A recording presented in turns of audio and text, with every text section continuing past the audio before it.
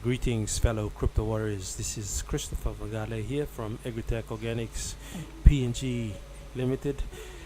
Today I will be illustrating the processes involved in creating your own cryptocurrency.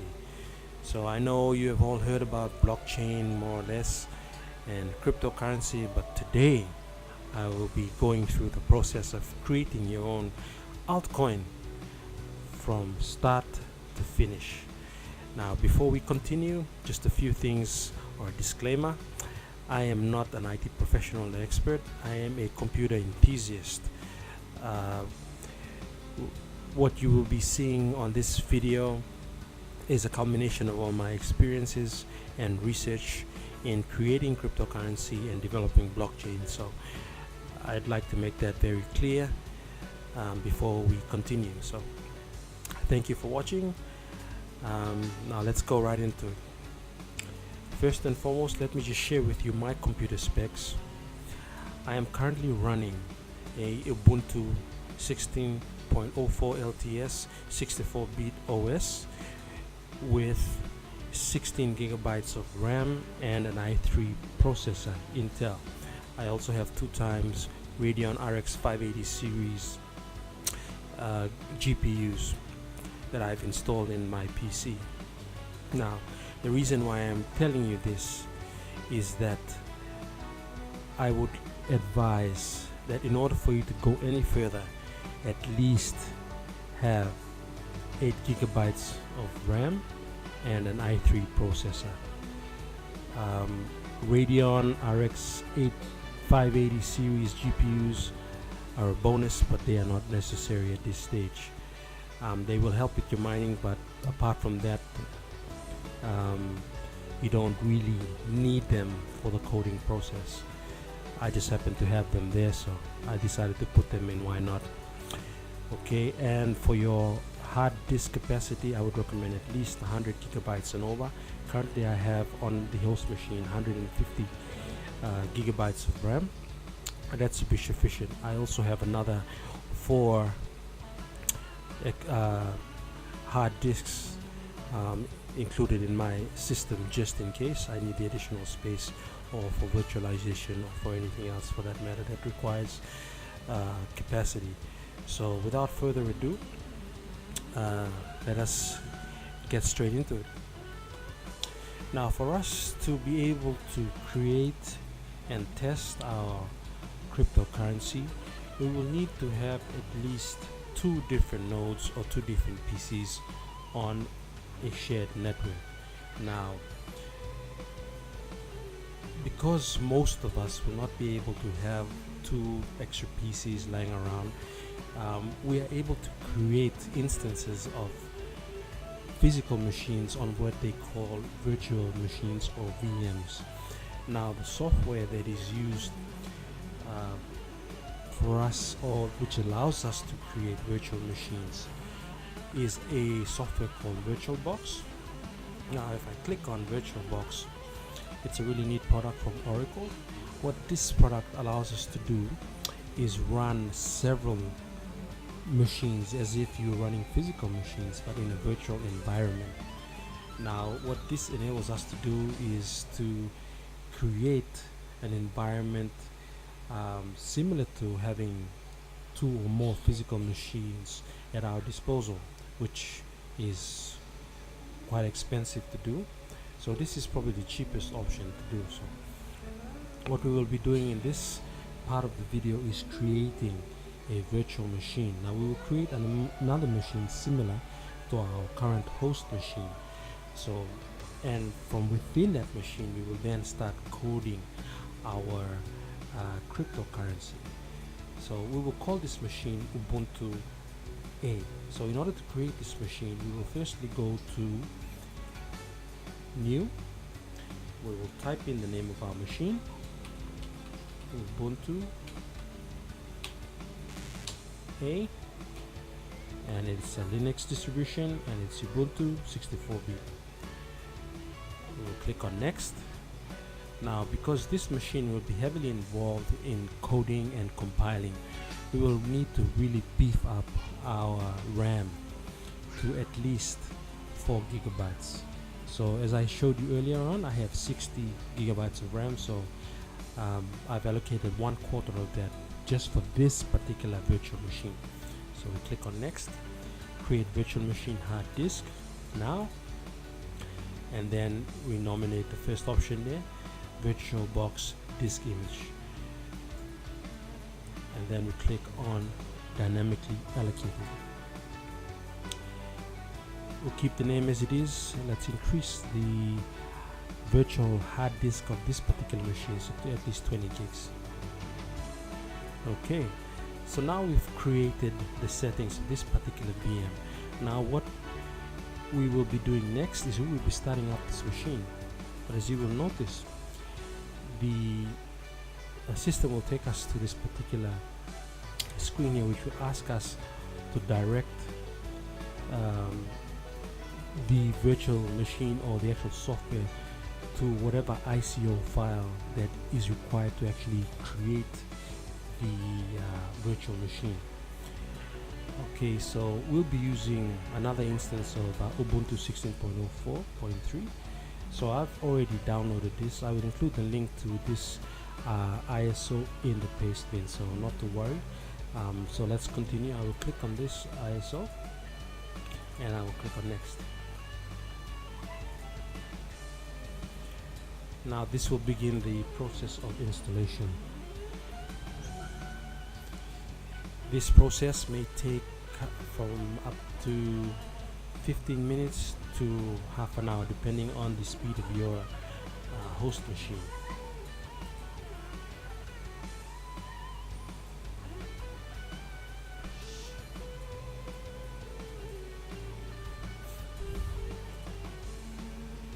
Okay, so now we're at the installation screen, the welcome page. We click or nominate your language. We're doing things in English, and we go straight to install Ubuntu. Okay, for our purposes, we can continue directly. Normally, I would nominate download updates while installing, but since we don't have the luxury of time, we will continue directly to our installation. We can install some of those dependencies later when we get to them. Okay, then we erase the disk and install Ubuntu. What this is telling us is it will erase everything on the virtual disk, not on your actual physical hard disks. It's already created a virtual disk, and now you want to erase it and then install the actual operating system on top of that virtual hard disk. So we will click on install now. It'll give us a summary. That should be all good. Click on continue.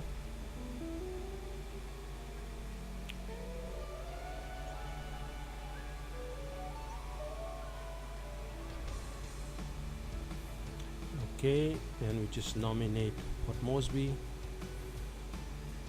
as our destination. Click on continue once again. Now it'll ask you for your keyboard layout. I normally click on continue. Use the standard configuration there. Now all you need to do here is provide details about yourself. So type in your name, and I'll just put Christopher Magalia, the computer name. I like to use Cybertron, watching too many Transformer movies. Okay, and my nickname, as you all probably know, is Fox Torella, and then you just put in a password.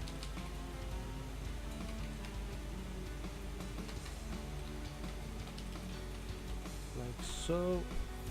Require my password. Yep, that's all good, and then click on continue.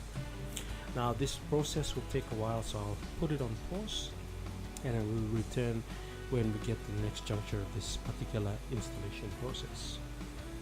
Okay, now this is where we get into the coding aspect of our build. Now firstly, in order to code, we will need a service or application called terminal. It looks something like this, but within the virtual machine itself. So you click on the search icon up there, and you just type in terminal, and it's this black box here. You click on that. Now what I'd normally do is just right click on it again and lock it onto the launch bar, because we'll be using that a lot. So instead of always coming up here and typing terminal, we have access to it on the launch bar. So it's much more convenient for us.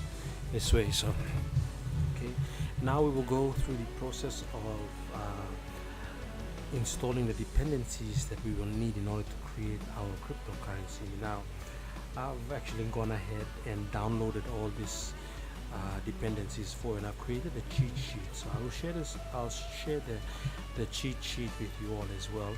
I have it here. So what you will need to do is simply just copy and paste. Now, for example, this first code here, simply copy it and then come out to my cheat sheet and paste like so. That will install the git function on your machine.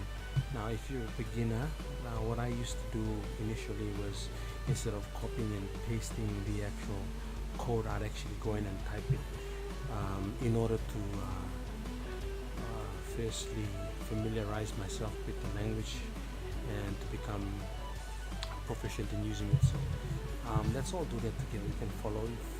If you just want to go ahead and copy and paste, that's fine.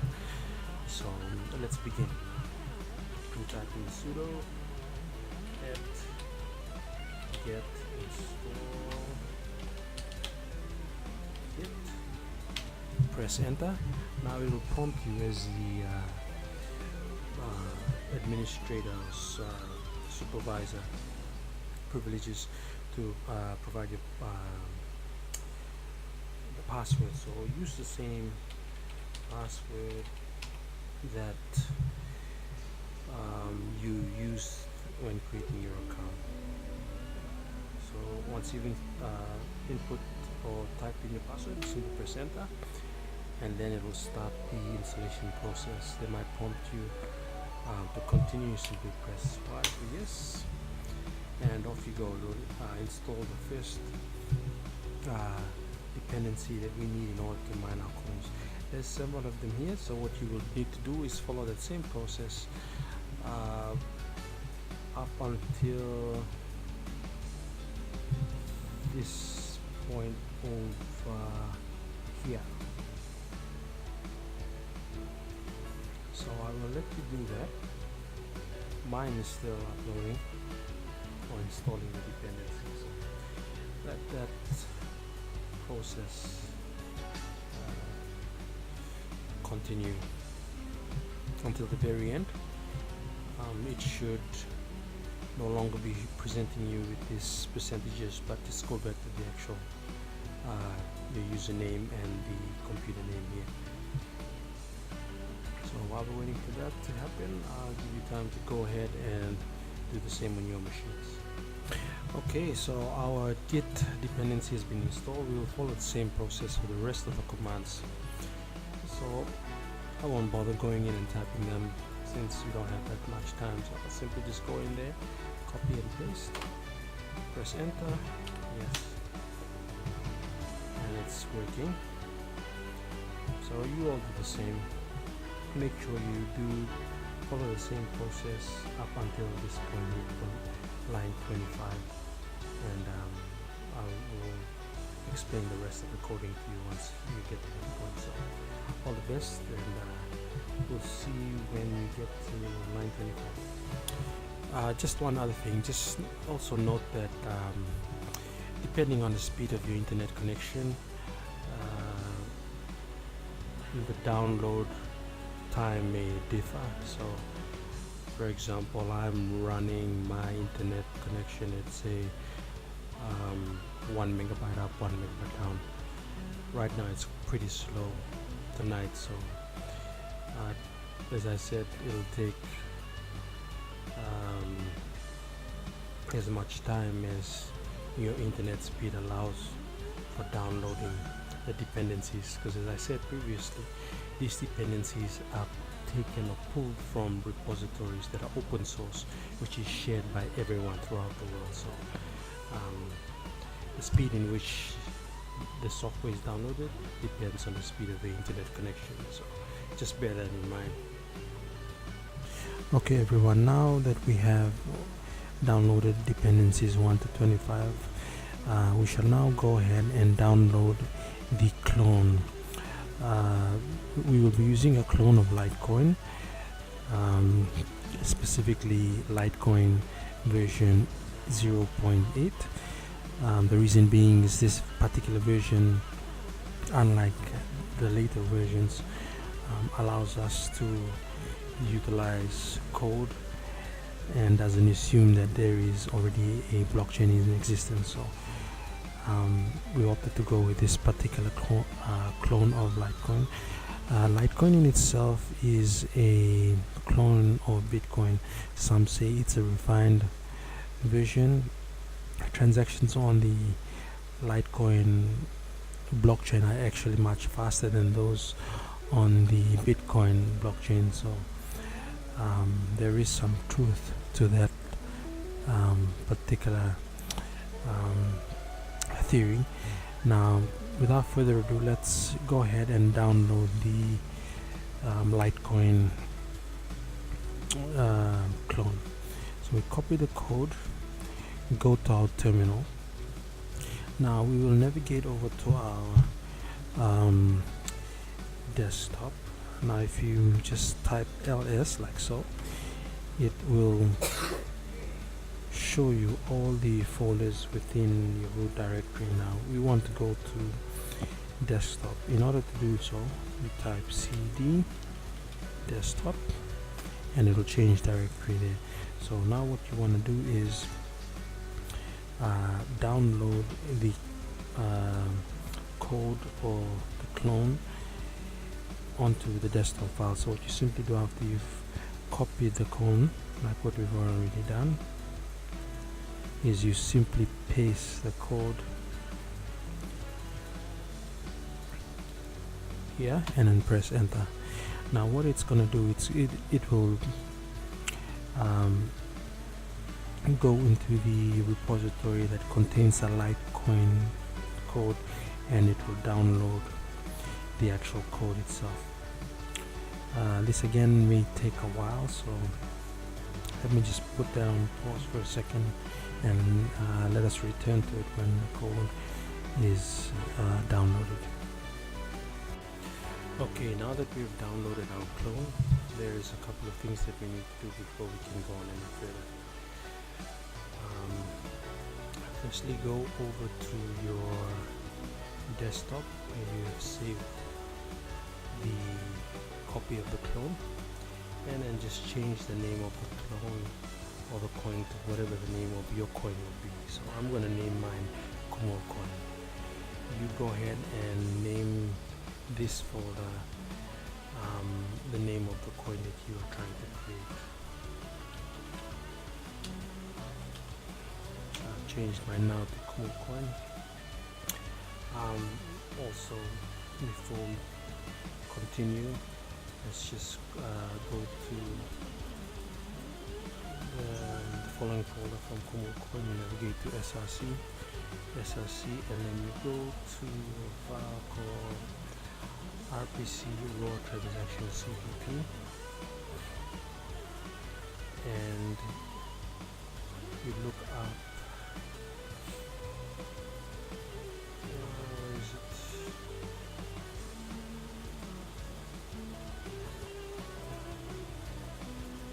Line 242, and there's one correction that you will need to make here. This particular code has been changed many times over the years, so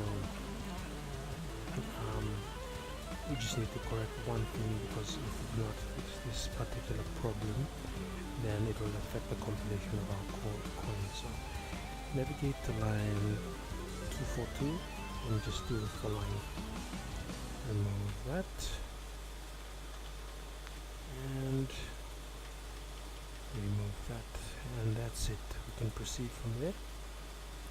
Save it, close. Okay, now currently we are in the desktop directory, so if we ls to see what's in there, you can see that Kumulcoin is there. Now we will have to navigate into the Kumulcoin folder in a similar fashion that we did navigating into the desktop folder. So type cd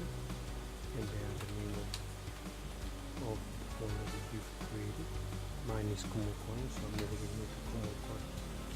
Now, once I am here in Kumulcoin, I will type down the following commands.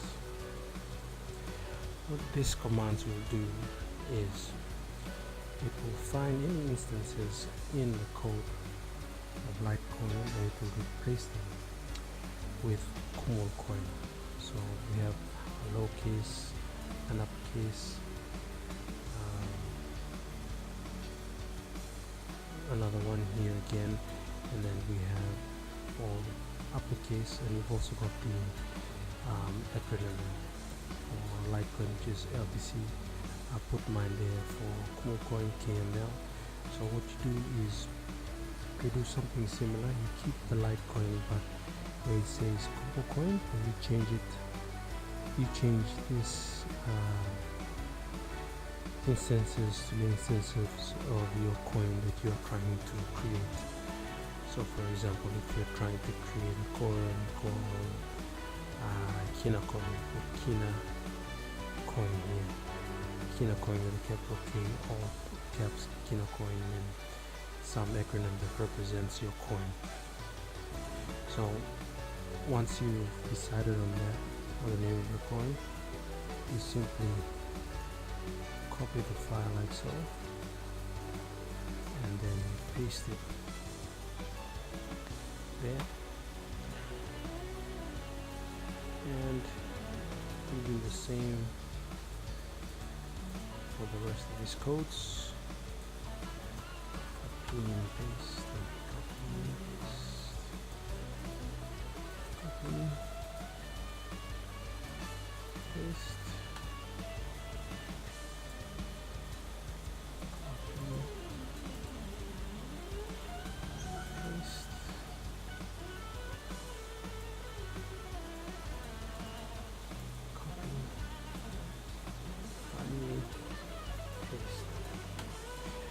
so now essentially what we have is the code. We've actually told or instructed the computer to look up any instances of Litecoin, which is part of the original coding, and replace it with the name of the coin that we are trying to create. Okay, so that's what that was all about.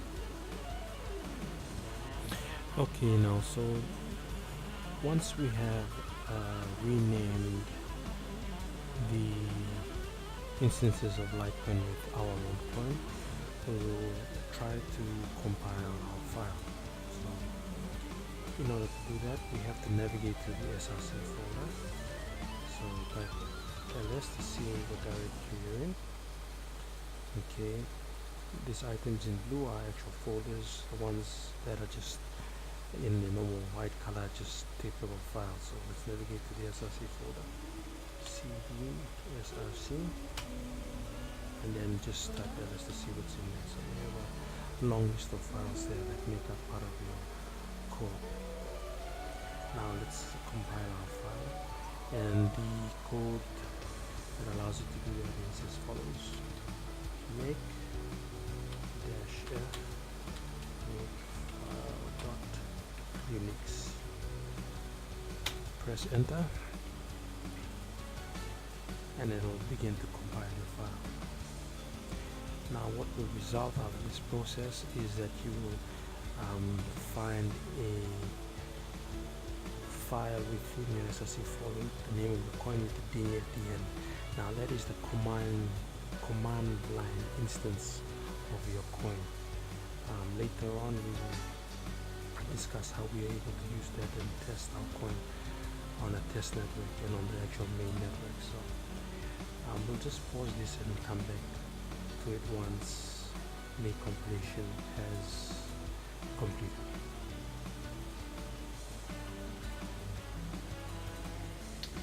Okay, now as you can see, the compilation has ended.